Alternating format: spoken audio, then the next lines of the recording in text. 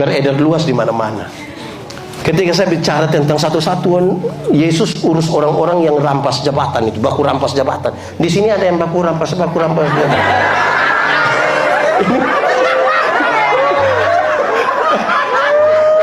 Tuhan Yesus urus pakai cara itu. Tuhan Yesus lihat murid-murid sementara bertengkar, siapa yang terbesar di antara mereka kan? Petrus bilang dia, Yohanes bilang dia, Yakobus bilang dia, Andreas. Tuhan Yesus tidak marah. Jabatan itu kebutuhan, prosesnya menjadi penting. Tuhan Yesus ambil satu anak kecil, taruh di antara mereka. Terus Tuhan Yesus bilang begini, barang siapa hendak menjadi terbesar di antara kamu, hendaklah dia menjadi yang terkecil. Selesai. Tidak pakai pendekatan dengan sekda.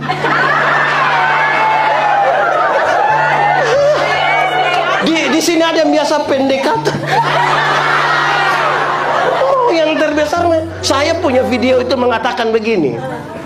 Tahun 2009 saya ini ketua Panwaslu. Saya begini-begini ketua Panwaslu. Saya juga heran. Datang 1-2 caleg, dia bilang kepada saya, Pak Pendeta, yo, kira-kira menurut Pak Pendeta saya bisa jadi anggota dewan atau tidak? Saya bilang, yang macam Bapak begini tidak bisa. Hei, kok Pak Pendeta yakin sekali? Yo, kenapa? Kok Bapak ini saya minta jadi penatua diaken yang hanya urus 20 kakak, saya Bapak tidak mau. Tapi Bapak mau urus kami yang banyak begini, saya yakin tidak jadi. Pas habis pemilu dia tidak terpilih. Dia datang cari saya, Pak Pendeta, kenapa? Ternyata Bapak mulut panas betul. Saya bilang ini bukan mulut panas, Anda yang tidak terbiasa setia pada perkara-perkara yang kecil. Firman Tuhan bilang kalau engkau setia pada perkara-perkara yang kecil, kepadamu dia anugerahkan. Anugerahkan itu berarti duduk diam-diam kok dia kasih. Bukan pas mau pemilu baru cari saya ke sebelah. Kita dua saudara. Saudara apa muka beda? Tidak bisa. Setialah duluan pada perkara-perkara yang kecil. Itu cara Tuhan Yesus suruh. Mau apa? Itu serius. Satu saat Tuhan Yesus urus sebuah dilema pajak. Dilema pajak yang serius. Dari pertanyaan yang jawabannya gampang dengan risiko besar. Waktu Tuhan Yesus ditanya, boleh bayar pajak kepada kaisar atau tidak? Jawabannya gampang kan? Risikonya besar. Kalau Tuhan Yesus bilang boleh bayar pajak kepada kaisar, ribuan orang pengikut Yesus pasti meninggalkan Yesus, karena pajak waktu itu terlalu mahal. Tapi kalau Tuhan Yesus bilang tidak boleh bayar pajak kepada kaisar, maka Yesus akan dianggap memprovokasi masyarakat untuk melawan pemerintah. Dia pasti akan ditangkap. Tuhan Yesus bilang, tunjukkanlah kepadaku uang untuk pembayaran pajak itu. Tuhan Yesus tanya, gambar dan tulisan siapa ini? Kaisar. Berikan pada kaisar apa yang wajib kamu berikan pada kaisar. Tapi berikan pada Tuhan apa yang wajib kamu berikan pada Tuhan. Itu bukan soal perpuluhan. Itu bukan soal uang. Gambar dan tulisan siapa ini? Kaisar. Karena tertulis ada kaisar, gambar dan tulisan, kasih kaisar di situ. Tapi Alkitab mengatakan kamu adalah gambar dan tulisan Allah. Berikan uangmu pada kaisar, tapi berikan dirimu pada Tuhan. Dan bukan uangmu, diri yang kita kasih.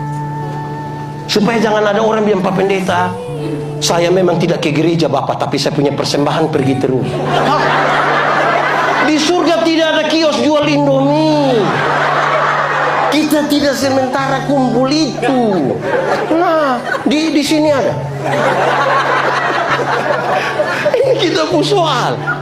Satu saat Tuhan Yesus urus sebuah dilema sosial. Dari pernyataan yang berat. Ketika Tuhan Yesus bilang begini, kalau ada seorang menampar pipimu yang satu, ada orang menampar pipimu yang kanan, berikan juga pipimu yang kiri. Di Halmahera Barat ini ada yang bisa begitu. Saya taruh dia di sini berdiri yang Bapak Pendeta minta maaf ini lagi. Di sini ada yang bisa begitu. Apa yang maksud Tuhan Yesus? Kalau ada orang menampar pipimu yang kanan, dia akan pakai tangan kiri.